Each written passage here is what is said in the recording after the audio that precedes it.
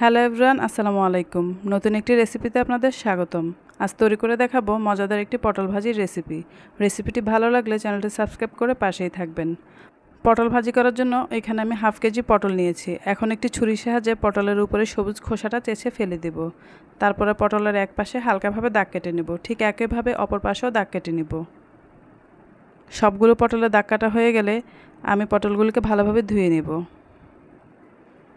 এখন চুলায় একটি প্যান বসিয়ে তার মধ্যে দিয়ে দিব 1.5 কাপ পানি। তারপর দিয়ে দিব হাফ চামচ হলুদের গুঁড়া, 1 চামচ লবণ।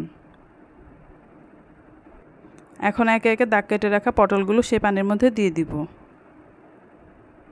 সবগুলো পটল দেওয়া হয়ে গেলে ঢাকনা দিয়ে 10 মিনিটের জন্য সেদ্ধ করে নেব।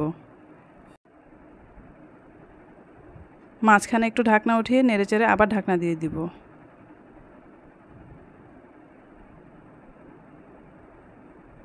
পটলের পানিটা পুরোপুরি শুকিয়ে গেলে এখন হালকা হালকা চেপে চেপে বাকি পানিটিকেও শুকিয়ে নিতে হবে। সবটুকু পানি শুকিয়ে গেলে এখন পটলগুলোর উপর পরিমাণ মতো তেল দিয়ে দিব। তেল দিয়ে এখন হালকা হালকাভাবে পটলগুলো ভেজে নেব।